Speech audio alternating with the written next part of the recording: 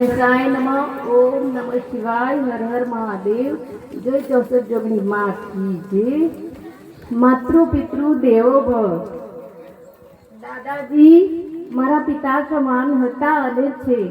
મારા બે નહીં પણ ચાર મા બાપ છે એવું માનું છું. દાદાજી વિશે શબ્દો નથી પણ થોડી લાઈનો બોલવા માંગુ છું જે આપ સૌ સાંભળશો એવી આશા છે. બાળપણને માણતા માણતા ક્યારે ઘડપણ આવી ગયું ખબરે ન પડી. ક્યાં ખબર હતી પ્રિય દાદાજી આટલા જલ્દી અમારી જિંદગીમાંથી જતા રહેશે? કોને ખબર હતી? લોકો કહે છે ઉંમર થઈ ગઈ હતી, પણ દિલ માનવા તૈયાર જ ન હતું. એમનો જવાનો સમય આવી ગયો હતો.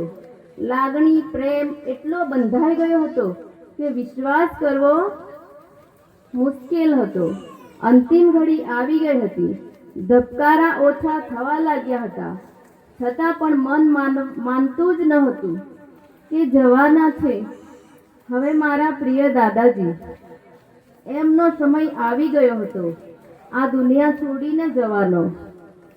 હા, જવાનું તો છે જ આપણા સૌએ એક દિવસ આ દુનિયા છોડીને. પણ કંઈક કામ એવું કરીએ કે આ દુનિયા યાદ રાખે. મારા દાદાજીએ ખૂબ જ સારા કર્મો કર્યા છે. એમનું વર્ણન શાયદ હું નહીં કરી શકું અને જિંદગીમાં ભૂલી પણ નહીં શકું. મારા માટે એ જ હંમેશા જીવંત રહેશે. શબ્દો ઘણા બધા છે પણ હું થોડું ટૂંકમાં જ વર્ણવું છું.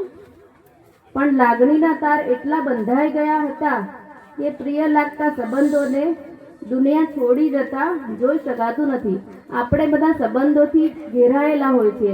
આ દુનિયામાં આવીને બધાએ જ કર્મ કરવાનું હોય છે, પણ મારું તારુંમાં જ અડધી જિંદગી સમાપ્ત થઈ જાય અને પછી જ્યારે પથારીમાં પડીએ ત્યારે અરે કંઈ કર્યું જ નહીં એવું આપણને લાગે.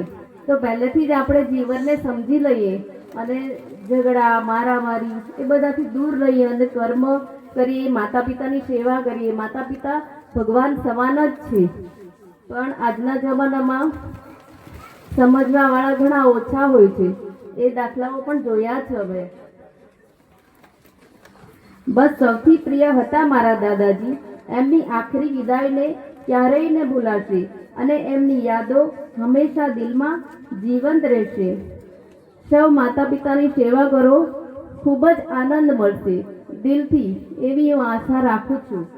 બસ અંતે બાળપણ અને ઘડપણમાંથી તો બધાએ જ પસાર થવાનું હોય છે, તો પછી અભિમાન શેના માટે આ બંને અવસ્થાને પ્રેમથી માણતા શીખીએ અને જીવનની નૈયાને ધન્ય બનાવીએ એવી આશાએ. જય શ્રી રામ, જય માતાજી, હર હર મહાદેવ, રાધે રાધે.